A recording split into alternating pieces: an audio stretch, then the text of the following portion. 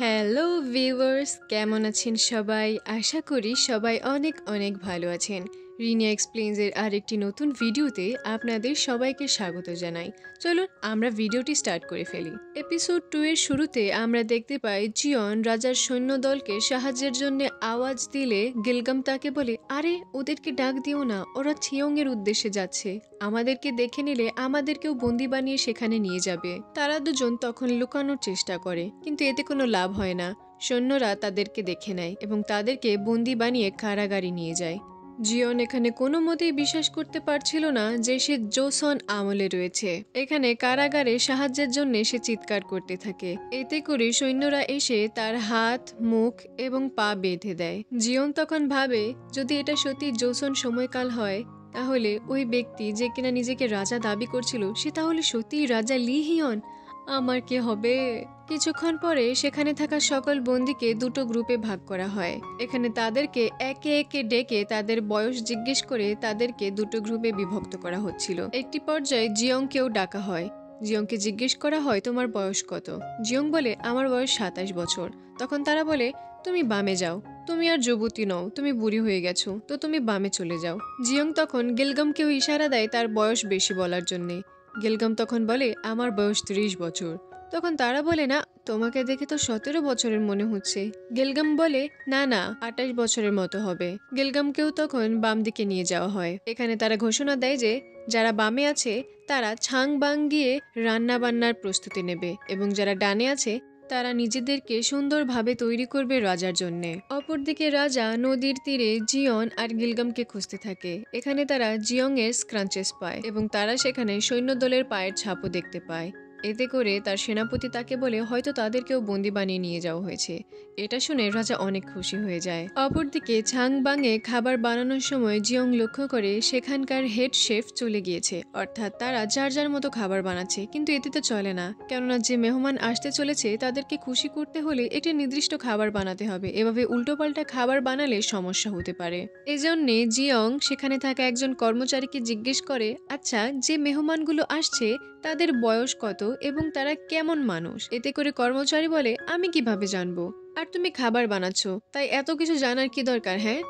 জিয়ং বলে, দেখুন, খাবার বানানো বাচ্চাদের খেলা নয়, আর যদি আমাদের খাবার বানানোতে কোনো ভুল হয়ে যায় তাহলে শাস্তি তো আমাদেরই দেওয়া হবে, তাই না? এখানে অন্যান্য দাসীরাও জিয়ং এর সাথে একমত হয়। এমন সময়ে রান্নাঘরে সেখানকার মুখ্য কর্মকর্তা চলে আসে। সে এসে জিয়ংকে বলে, ঠিক আছে, তোমাকে যদি আমি সকল খবরাখবর দিই তাহলে কি তুমি ভালো খাবার বানাতে পারবে? তখন জিয়ং বলে, হ্যাঁ, আমি আমার সর্বোচ্চ চেষ্টা করব। মুখ্য কর্মকর্তা তখন বলে, ঠিক আছে, আমি তোমাকে সুযোগ দিচ্ছি, কিন্তু একটা শর্ত আছে, যদি তুমি ব্যর্থ হও তাহলে তোমার গর্দান নেওয়া হবে। এতে করে জিয়ং বলে, আমারও শর্ত আছে, যদি আমরা সফল হই তাহলে আপনি এখানে থাকা সকল দাসীদেরকে মুক্ত করে দেবেন। মুখ্য কর্মকর্তা এতে রাজি হয়। জিয়ং তখন সেখানে থাকা সকল দাসীকে একত্র করে এবং তাদেরকে বলে, আমাদেরকে যদি এখান থেকে বের হতে হয় তাহলে আমাদেরকে মন প্রাণ দিয়ে খাবার বানাতে হবে এবং আমাদেরকে একসাথে কাজ করতে হবে। আপনাদের সকলের আমার হুকুম মানতে কোনো সমস্যা হবে না তো? তখন দাসীরা বলে, না, আমাদের কোনো সমস্যা হবে না, আপনি আমাদের জন্য এত বড় একটি পদক্ষেপ উঠিয়েছেন, আমরা আপনার কথা মানব। রান্নাঘরে উপস্থিত খাবার সামগ্রীগুলোকে পর্যবেক্ষণ করে জিয়ং সিদ্ধান্ত নেয় সে মিট দিয়ে একটি খাবার আইটেম বানাবে এবং সেই খাবার আইটেমটির নাম দেয় জবরদস্ত স্টেক। কিন্তু এখানে যে পশুর মাংস রাখা ছিল সেটি অনেক মোটা পরতের, অর্থাৎ এটাকে কাটা অনেক কঠিন। তখন সে ফ্রেঞ্চ স্টাইল কুকিং এর কথা চিন্তা ভাবনা করে।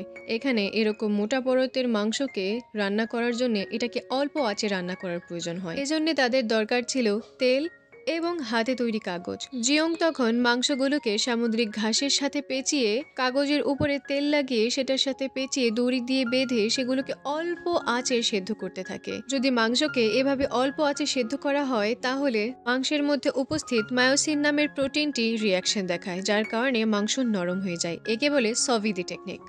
সেদ্ধ হওয়ার পরে মাংসটিকে কাটলে তারা দেখতে পায় মাংসটি অনেক নরম হয়েছে এবং এতে অয়েল ব্যবহার করার কারণে এবং সামুদ্রিক ঘাস ব্যবহার করার কারণে এর স্বাদ অনেক অতুলনীয় ছিল। অপরদিকে গয়ঙ্গে গামিয়ংয়ে মুখ্য মহাসচিব সংজে চলে আসে এবং ছেয়ং এর জন্য বাছাইকৃত দাসীদেরকে দেখতে থাকে। কিন্তু এখানে কারো চেহারাই ভালো লাগছিল না। কারো চোখ বড় ছিল, কারো মুখ বড়, কারো গলা লম্বা ছিল কিংবা কারো খাটো, এবং একজন তো বুড়ি ছিলেন। এতে করে সংজে বলে, আচ্ছা রাজপাল সাহেব, এখানে শুনেছিলাম গ্রামে একটি সুন্দর মেয়ে আছে, সে কোথায়? তখন রাজপাল বলে, একটু ভালো করে বলুন আপনি কার কথা বলছেন। তখন সঞ্জয় বলে, আরে রাজপালের নাতনি, তার থেকে সুন্দর মেয়ে এই গ্রামে কি আছে নাকি? এটা শুনে রাজপালের মুখ ফ্যাকাশে হয়ে যায়। তখনই তাদের কাছে খবর আসে যে খাবার প্রস্তুত হয়ে গেছে এবং তাদের সবাইকে খাবার জন্য নিয়ে যাওয়া হয়। তারা খাবারের দিকে তাকালে দেখতে পারে এটি অত্যন্ত সাধারণ একটি খাবার ছিল। এখানে শুধু কয়েক টুকরো মাংস ছিল এবং কিছু মশলা। এটা দেখে সঞ্জয় বলে, আমরা ভেবেছিলাম আপনারা আমাদেরকে এখানকার ঐতিহ্যবাহী খাবার দেবেন যেটাতে এখানকার প্রকৃতির আশীর্বাদ রয়েছে, কিন্তু আপনারা অত্যন্ত সাধারণ খাবার দিয়েছেন, এতে করে আপনারা নিজেদের বিপদ ডেকে আনছেন। তখন ছোট রাজপাল বলে, আমাকে ক্ষমা করে দেবেন, আসলে আমাদের প্রধান বাবুর্চি গায়েব হয়ে গিয়েছে, এজন্য আমাদেরকে নতুন বাবুর্চি নিয়োগ করতে হয়েছে এবং এই কাজটি সেই বাবুর্চিরই। আমরা সেই বাবুর্চিকে ডেকে আনছি এবং তাকে আমরা কড়া থেকে কড়া শাস্তি দেব। তখন ঝাংবাংয়ে উপস্থিত সকল দাসী সহ জিয়ংকে সেখানে হাজির করা হয় এবং তাদেরকে বলা হয় তোমাদের সবাইকে এখন শাস্তি দেওয়া হবে। তখন জিয়ং বলে, শুনুন, আপনি খাবার না খেয়ে কোনো রকমের মন্তব্য করতে পারেন না, আমি চাই আপনি খাবারটি প্রথমে খান, তারপরে কোনো রকমের মন্তব্য করুন। সঞ্জয় বলে, এত অভদ্রতা, তাও আমার সাথে? ঠিক আছে, তোমার কথা মতো তোমার খাবারের স্বাদ গ্রহণ করেই আমি কোনো মন্তব্য করব, কিন্তু খাবারের স্বাদ যদি আমার পছন্দ না হয় তাহলে তোমার গর্দান নেব এবং সাথে সাথে রাজপালের নাতনিকে আমরা ছিয়ং এর উদ্দেশ্যে মহারাজের কাছে নিয়ে যাব। তখন এখানে রাজপালের নাতনিকে বন্দী হিসেবে হাজির করা হয়। এটা দেখে বড় রাজপাল অনেক ক্ষুব্ধ হয়ে যায়, কিন্তু তাদের কিচ্ছু করার ছিল না, কেননা এখানে সঞ্জয় মহারাজের মুখ্য মহাসচিব ছিল, অর্থাৎ অনেক ক্ষমতাধর একজন ব্যক্তি।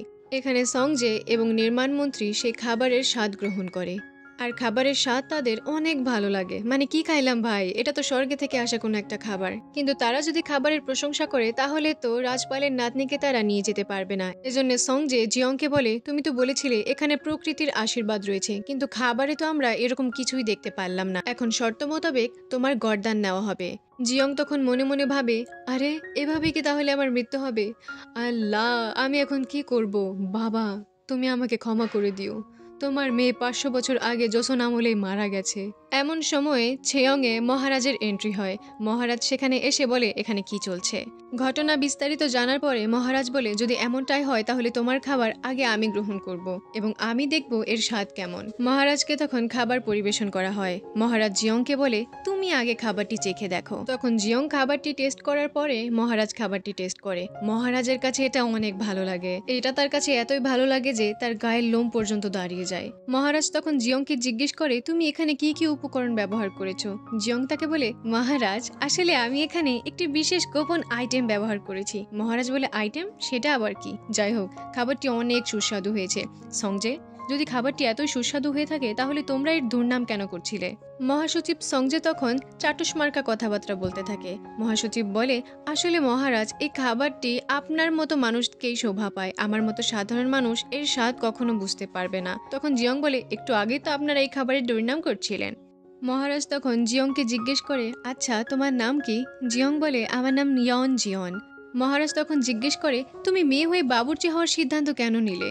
জিয়ন এখানে তাকে একটি আলতু ফালতু কাহিনী শুনিয়ে দেয়। সে তখন তাকে বলে, আমার বাবা একজন বাবুর্চি ছিলেন, তার রান্না বান্নার কাজকর্ম দেখে আমারও রান্না বান্নার প্রতি অনেক আগ্রহ জন্ম নেয় এবং আমি সিদ্ধান্ত নেই সমাজে যতই কঠোরতম নিয়ম থাকুক না কেন আমি একজন প্রধান বাবুর্চি হয়ে ছাড়বো। মহারাজ তখন জিয়ংকে জিজ্ঞেস করে, তোমার বয়স কত? জিয়ং বলে, আমার বয়স মাত্র 27 বছর। মহারাজ বলে, কি বলছো? তোমাকে দেখলে তো অনেক ছোট মনে হয়। আচ্ছা, তোমার জিয়াবির নাম কি? জিয়াবি মানে হচ্ছে হাজব্যান্ড। জিয়ন তখন বলে, আরে কি বলছেন, আমার এখনো বিয়ে হয়নি। এতে করে মহারাজ অবাক হয়ে যায়, তুমি এত বড় হয়ে গেছো আর এখনো তোমার বিয়ে হয়নি? আহা, অনেক আফসোসের ব্যাপার। তখন জিয়ং বলে, আরে এটা কোনো কষ্টের ব্যাপার না, আমি নিজে বিয়ে করিনি। মহারাজ তখন বলে, ঠিক আছে, ইয়ন পরিবার, এর নাম কখনো শুনিনি, তুমি কোথা থেকে আসছো? তখন জিয়ং বলে, আসলে মহারাজ, ব্যাপারটা হচ্ছে আপনি বিশ্বাস করবেন না, আমি না আজকে থেকে 500 বছর পরের দুনিয়া থেকে বিলং করি, অর্থাৎ আমি 500 বছর ফিউচার থেকে এসেছি। মহারাজ বলে, আফসোস, তুমি এত ভালো রান্না করতে পারো অথচ তুমি একটি পাগল। জিয়ন তখন মনে মনে বলে, আরে কেন বিশ্বাস করছে না? আমি কোরিয়া থেকে বিলং করি, আমি কোনো পাগল নই, আমি আমার দেশে ফিরতে চাই। সঞ্জয় তখন জিয়ংকে বলে, তুমি এখন তোমার জায়গায় ফিরে যাও। জিয়ং তখন তার জায়গায় ফিরে গিয়ে সঞ্জয়কে খোঁচা মেরে বলে, আচ্ছা আমাকে তাহলে কবে ছাড়বেন? তখন সঞ্জয় বলে, চুপ। রাজা তখন জিয়ং এর ব্যাপারে ঘোষণা দেয়। জিয়ং মনে করে আমাকে ফাইনাল লেভেল ছেড়ে দেবে, কিন্তু রাজা বলে, একে বন্দি বানিয়ে আমার রাজমহলে নিয়ে যাও। তখন জিয়ং বলে, হ্যাঁ, তার মানে আমাকে ছাড়া হবে না? ফাজিল বেটা, তোর জীবনেও ভালো হবে না। সংজে বলে, তাহলে রাজপালের নাতনির কি করব? মহারাজ বলে, তাকেও আমার রাজমহলে নিয়ে যাও। জিয়ং তখন ভাবে, ঘটনা দেখে যা মনে হচ্ছে হয়তোবা খাপসন বিদ্রোহের সূচনা এখান থেকেই হয়েছিল। বোকা রাজা, সে জানেও না সে নিজের কবর নিজেই খুঁড়ছে। এখানে সবাইকে বাইরে যাওয়ার আদেশ দেওয়া হয়। সবাই তখন কক্ষ থেকে চলে গেলেও বড় রাজপাল সেখানেই বসেছিল। বড় রাজপাল এখানে মহারাজকে বলে, মহারাজ, আপনার পিতা যদি আজকে জীবিত থাকতেন তাহলে তিনি আপনার উপরে লানত বর্ষণ করতেন। আপনি নিজের শারীরিক চাহিদা মেটানোর জন্য দেশের মেয়েদেরকে ব্যবহার করছেন। মহারাজ তখন বলে, তোমার সাহস কি করে হয় আমার সাথে অভদ্রতা দেখানোর? এখন তোমার নিজের পরিবারের উপরে প্রশ্ন উঠছে, এজন্য তুমি ছটফট করছো। তোমার কারণে আমার মা যে মৃত্যুবরণ করেছিলেন তার কি হবে? তুমি এখন বুঝবে কিছু করতে না পারার কষ্ট কতটা হয়।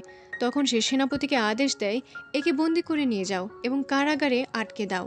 এর পরের সিনে আমরা দেখতে পাই সকল দাসীকে মুক্ত করে দিলেও গেলগাম আর জিয়ংকে সেখানে বেঁধে রাখা হয়। গেলগাম বলে, আপনি তো বলেছিলেন আপনার খাবার মহারাজের খুব ভালো লেগেছে, তাহলে আমাদেরকে কেন বন্দি করে রাখা হলো? জিয়ং বলে, আমি নিজেও বুঝতে পারছি না কি হচ্ছে। আমি শুধু যেখান থেকে এসেছি সেখানে ফিরে যেতে চাই। গেলগাম বলে, আপনি এমনিতে কোথা থেকে এসেছেন? জিয়ং বলে, তোমাকে বললেও তুমি বিশ্বাস করবে না। আমি 500 বছর পরের দুনিয়া থেকে এসেছি। তুমি কি এটা বিশ্বাস করো? গেলগাম বলে, হ্যাঁ, আমি আপনাকে বিশ্বাস করি। কেননা যখন আমি আপনাকে প্রথম দেখেছিলাম তখন আপনার গা থেকে আমি একটি অন্যরকম গন্ধ পেয়েছিলাম এবং আপনি এমন এমন খাবার দাবার বানান যেগুলো আমরা কেউ কোনোদিনও খাইনি। জিয়ং বলে, যাই হোক, কেউ তো অন্তত আমাকে বিশ্বাস করলো। আমি তোমাকে কিছু কথা বলি, শোনো। যদিও তুমি এর আগামাথা কিছুই বুঝবে না, তারপরেও আমি বলছি। আমি না প্যারিস থেকে কোরিয়া যাচ্ছিলাম প্লেনে করে। তখন আমার ব্যাগে হঠাৎ কফি পড়ে যায়। এতে করে আমি ব্যাগটিকে বাথরুমে নিয়ে পরিষ্কার করতে থাকি। সেখানে মাঙ্গুন রক লেখা নামক একটি বই আমি পড়তে থাকি। হঠাৎ করে আমি সেই বইয়ের ভেতরে ঢুকে যাই এবং এখানে চলে আসি। তখনই জিয়ং এর মাথায় সেই ব্যাগের চিন্তা আসে। সে তখন ভাবে, হ্যাঁ, সেই ব্যাগটি পেলেই তো আমি আমার সময় ফিরে যেতে পারবো। তখন সে গেলগামকে বলে, আচ্ছা গেলগাম, তোমার মনে আছে ওই রাতে আমরা সেই পাহাড়ির দিকে যাচ্ছিলাম, তুমি কি সেই পাহাড়ি চেনো? গেলগাম বলে, হ্যাঁ, আমি চিনি, কিন্তু সে পাহাড়ে যেতে হলে আমাদেরকে আগে এখান থেকে বের হতে হবে। পরের দৃশ্যে আমরা রাজা লি হিয়নকে দেখতে পাই। এখানে রাজার কাছে সংজে আসে। আমরা এখানে জানতে পারি সংজে রাজার কর্মচারী হওয়ার সাথে সাথে রাজার একজন ভালো বন্ধু ছিল। রাজা এখানে সংজেকে বলে, ইয়ন জিয়ন নামের ওই রাধুনী এবং তার সাথে থাকা মেয়েটিকে বাদ দিয়ে বাকি সবাইকে তুমি ছেড়ে দাও। সংজে বলে, রাজপালের নাতনিকেও কি ছেড়ে দেব নাকি? রাজা বলে, হ্যাঁ, ওকেও ছেড়ে দাও। রাজপাল বলে, আমার কেন জানি মনে হচ্ছে মহারাজ যে ছেয়ং আপনার পছন্দ হচ্ছে না। মহারাজ বলে, আমি ছেয়ং নিজের শারীরিক চাহিদা মেটানোর জন্য করছিলাম না। আমার মার সাথে যে অত্যাচার হয়েছিল আমি তারই বদলা নিতে ছেয়ং পালন করছিলাম। এখন আমার আর এর দরকার নেই। আমরা দেখতে পাই রাজা এখানে জিয়ং এর কথা কল্পনা করছিল। এর পরের দৃশ্যে আমরা দেখতে পাই কারাগারে ছোট রাজপাল তার কর্মচারীকে নিয়ে এসে জিয়ং আর তার সাথে থাকা গেলগামকে মুক্ত করে দেয়। এখানে সে তার কথা পালন করেছে। জিয়ং আর গেলগাম তখন সেই পাহাড়ের উদ্দেশ্যে যায় যেখানে জিয়ং এর ব্যাগ ছিল। জিয়ং এখানে গেলগামকে বলে, তোমার বাবা মা কি করেন? গেলগাম বলে, আমি অনাথ, আমার বাবা মা নেই। আমার বাবা একজন বড় কর্মচারী ছিলেন, কিন্তু তার বিরুদ্ধে কোনো চক্রান্ত হলে সে বেঁচে আছে না মরে গেছে এটা আমরা জানতে পারি না। আর আমার মা তাকে খুঁজতে গেলে ডাকাতের আক্রমণে সেও মারা যায়। তখন থেকে আমি একা থাকি। তখন জিয়ং বলে, আচ্ছা গেলগাম, যদি আমি এখান থেকে চলে যাই তুমি কি আমার সাথে যাবে? জানো, আমি যেখানে থাকি সেখানে তুমি কষ্ট করলে তুমি যা হতে চাও তাই হতে পারবে। গেলগাম তখন তাকে বলে, আচ্ছা আমি সেখানে গেলে কি অনেক বড় রাঁধুনি হতে পারবো? জিয়ং বলে, হ্যাঁ, তুমি অনেক বড় রাঁধুনি হতে পারবে। আমি যতদিন এখানে আছি ততদিন আমি তোমাকে অনেক ভালো মতো রান্না বান্না শিখিয়ে দেব। কিছুক্ষণ পরে তারা সেই খাদের কাছে যায় যেখানে জিয়ং এর ব্যাগ হারিয়ে গিয়েছিল। তারা সেখানে খোঁজাখুঁজি করলেও সেখানে ব্যাগ খুঁজে পায় না। তখন হঠাৎ সেখানে রাজা চলে আসে। জিয়ং এবং গেলগাম অনেক ভয় পেয়ে যায়। জিয়ং তখন রাজাকে বলে, প্লিজ আমাকে মারবেন না, আমি আপনাকে বুঝিয়ে বলছি। আসলে আপনার তীর লেগে আমার ব্যাগটি এখানে নিচে পড়ে গিয়েছিল। এই ব্যাগটি আমার জন্য অনেক গুরুত্বপূর্ণ। এই ব্যাগটি পেয়ে গেলেই আমি আর কোথাও পালাবো না। তখন রাজা তার সৈন্যদেরকে আদেশ দেয় সেই ব্যাগটি খুঁজে আনার জন্য।